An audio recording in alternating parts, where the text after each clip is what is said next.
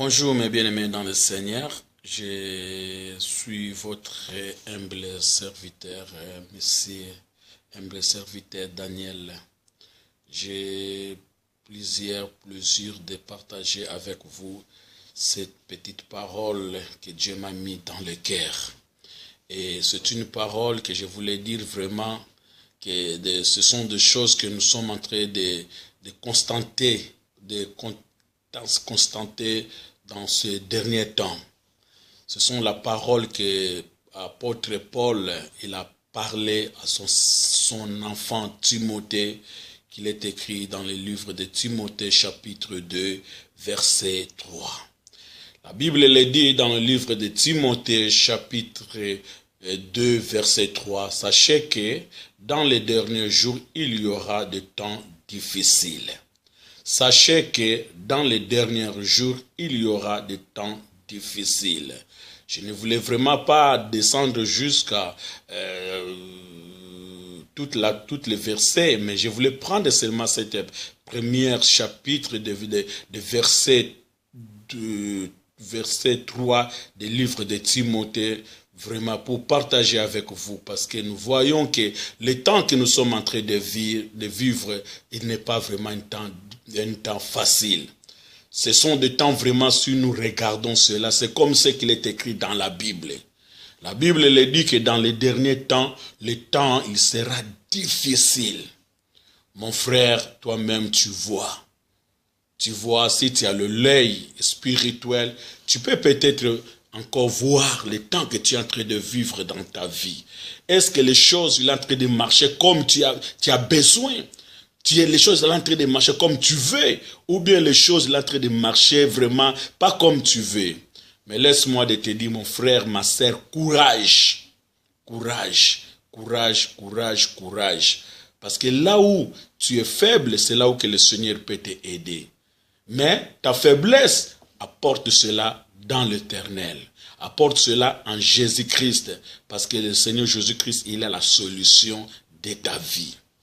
Ici, nous voyons dans le livre de Timothée, chapitre 2, verset 3, il est écrit, « Sachez que dans les derniers jours, il y aura les temps difficiles. » Mais bien aimé, les temps difficiles, ça peut être aussi dans ton mariage. Avant, vous avez commencé bien, toi et ton mari, les choses, ça marchait bien, mais à un moment, le temps, c'est devenu dur. Il y a des disputes dans la maison. Il y a des carrières dans la maison. Vous discutez jusqu'à la point même que vous voulez se divorcer.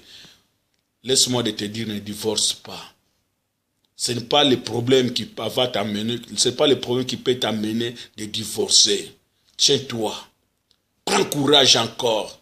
Priez pour ton mari. Oh, le mari, l'homme, priez pour ta femme. Ne dis pas que non, comme ma femme commence à me faire souffrir, je dois aller chercher une autre sœur. Ça ne sert à rien.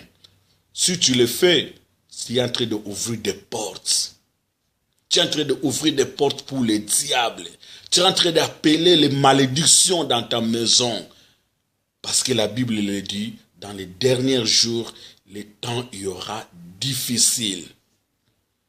Peut-être tu n'as plus de travail. C'est ça le temps. Même dans la souffrance, Dieu il sera là. Si tu l'appelles, il va venir. Il va te donner la paix, comme il est écrit dans sa parole. Je vous donne la paix. Je ne vous donne pas comme le monde donne. Dans le monde, il n'y a pas la paix, mon frère. Nous sommes dans le monde, nous voyons les gens, même ceux qui sont pas peut-être des croyants, qui ne prient pas. Ils pensent qu'ils ont la paix, mais ils n'ont pas la paix. Ils ont des travail. Ils peuvent être mariés, mais si tu les demandes, il va te dire, mon frère, ce n'est pas facile.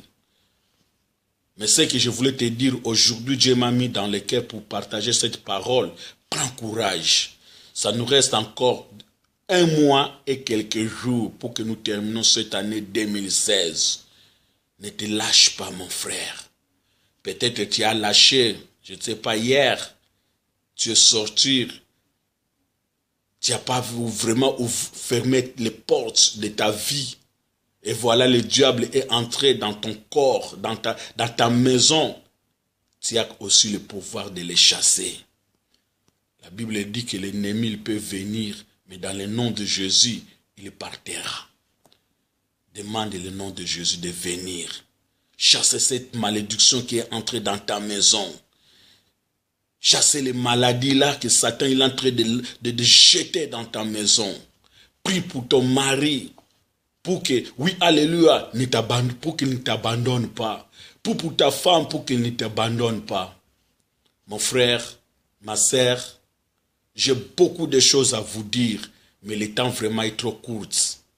Mais une chose que je voulais te dire seulement, que le temps que nous sommes en train de vivre, le temps que nous sommes en train de passer, il n'est pas facile.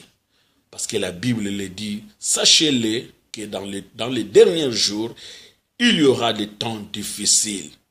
Europe avant c'était bien, mais aujourd'hui Europe ça commence à devenir difficile.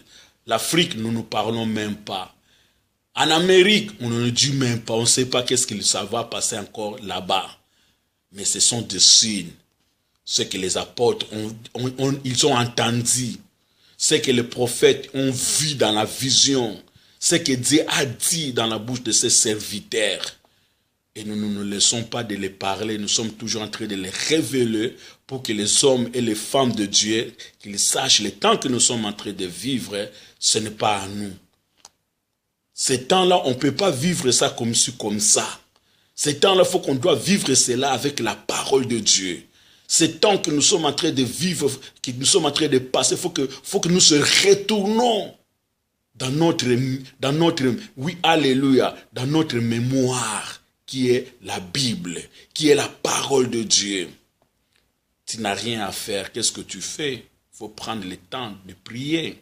Si tu n'as rien à faire, il faut prendre le temps de lire la Bible. Il faut prier pour ta maison. Prier pour ta femme qui est au travail. Peut-être là où il est là-bas. Oui, alléluia, ils sont en train les gens qui travaillent avec eux, ils sont en train de les menacer. Vous savez que si tu es un enfant de Dieu et que tu voulais marcher droit, les gens qui ne prient pas, ils chercheront toujours des moyens de te faire accuser. De te faire toujours des problèmes. Les gens ils voulaient que nous tous nous marchions de la même sorte. Si tu ne voles pas, les gens te voient comme que tu ne connais rien.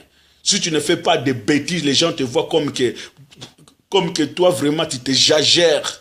Les gens ils voulaient que tout le monde vive dans la même chose. Mais pourtant, la parole de Dieu nous dit qu'il faut que nous soyons différents. Nous sommes la lumière. La lumière ne peut pas être mélangée avec les ténèbres. Demandez à Dieu de te donner une ferme de foi, une ferme assurance dans la foi.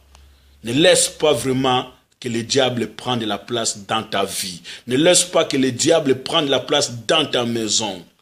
Je suis en train de le dire parce que je connais ce Dieu-là. C'est lui qui... J'étais en train de prier, je lui ai dit, Seigneur, qu'est-ce que je peux parler à ton peuple? Qu'est-ce que je peux leur dire encore? Peut-être tu es là, le jour que tu dois regarder ce DVD. Ma sœur, si tu es en train de passer le temps dur, mets-toi à genoux, priez. Ton Dieu là, il viendra toujours, même dans les derniers temps, dans les dernières secondes, dans les dernières heures, il va venir pour t'aider. Ce n'est pas les Français qui comptent, mais ce qui compte, c'est toi. Ce qui compte lorsque tu parles à ton Dieu. La Bible dit, nous ne savons même pas demander, nous ne savons même pas prier, mais nous bénissons le Seigneur parce qu'il y a oui, alléluia, un avocat qui est à la droite du Père. C'est Jésus-Christ. C'est lui qui intercède pour nous. Tu es malade. Je ne sais pas quel type de maladie que tu as. Mais il y a une seule solution que tu peux voir. C'est dans la prière. Lorsque tu dis à Dieu, Seigneur, souviens-toi de mes problèmes. C'est lui qui peut te donner les solutions.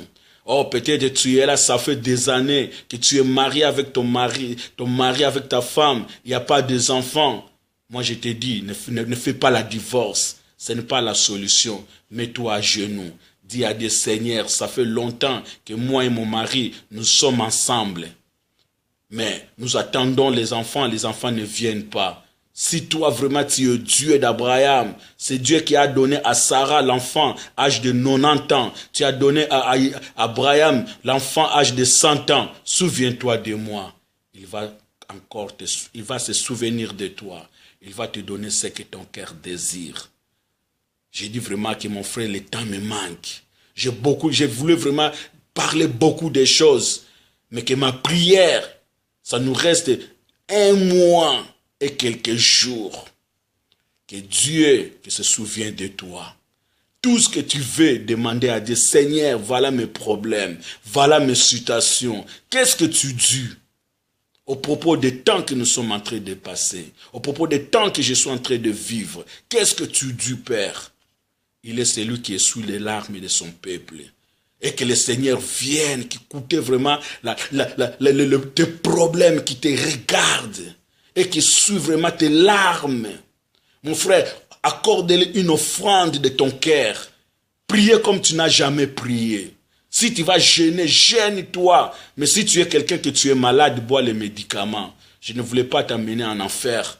Tu ne vas pas dire que non, à cause de mon frère qui m'a dit de gêner, de gêner comme moi j'ai pris, je suis malade. Non, mon frère, prends les médicaments. C'est Dieu qui a créé l'homme. C'est Dieu qui a donné l'homme l'intelligence. Nous bénissons les infirmières. Mais Dieu est plus que les infirmières. Dieu est plus que les docteurs. Prie ton Dieu là. Et que Dieu qui se souvienne de toi. Que cette année 2016, qui ne soit plus jamais comme les autres années. Qu'il ne soit plus jamais pour toi comme des autres années. Ça nous reste 1 mois et quelques jours. Dis à ton Dieu. La Bible le dit, venez à moi, vous tous qui êtes fatigués et chargés, et je vous donnerai du repos. Tu es chargé. Je sais que tu es chargé. Tu n'as pas de travail. Tu es célibataire, tu n'as pas de mari. Mon frère, tu n'as même pas de papiers. Mais il y a un seul quelqu'un qui peut changer ta vie, ce Dieu. Dieu s'est réveillé à son fils Jésus-Christ. Parle à Jésus. Dis, Seigneur Jésus, me voici. Je suis au bout. La Bible le dit, pa mayela mute suki, pa nzambe bandaka. Ibsa nzambe na nzambe na suki. Seigneur, je suis vraiment au bout. Je suis vraiment je n'ai plus de force. Viens dans mon secours. Et que mon Dieu se souvienne de toi. Que mon Dieu t'accorde ce que tu veux.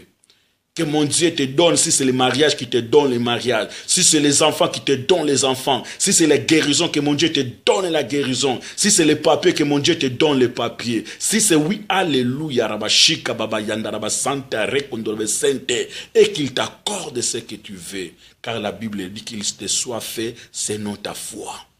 Apporte ta foi dans le Seigneur. Ne lâche pas, mon ami. À cause du temps, ne lâche pas. Même si le temps est difficile, attache-toi au Seigneur et tu verras les miracles. Tu verras les miracles. Même les enfants d'Israël, lorsqu'ils étaient en Égypte, un jour, Dieu a écouté leur prière. Dieu est venu, il a envoyé même son serviteur Moïse. Nous connaissons l'histoire. Dieu n'a pas regardé le péché de Moïse, il a tué un Égyptien, mais Dieu est descendu, il a fait sortir l'Égyptien. Oui, allez, il a fait sortir le peuple d'Israël de l'Égypte. Mon frère, si tu as péché, demande pardon. Même si tu peux dire à ton mari, mon mari, j'ai péché. Oui, je ne suis plus digne peut-être d'être ta femme. Si tu peux me pardonner, qu'il te pardonne. Même, oui, alléluia. Toi, le mari, tu as péché. Va à ta femme, dis ma femme, j'ai péché contre la maison et contre Dieu. Pardonne-moi. Il va te pardonner. S'il te dit, sors de ma maison, ne sorte pas. S'il te dit, tu ne peux plus encore vivre avec moi, laissez que Dieu combat pour toi et que Dieu te bénisse. Au nom de Jésus-Christ, Amen.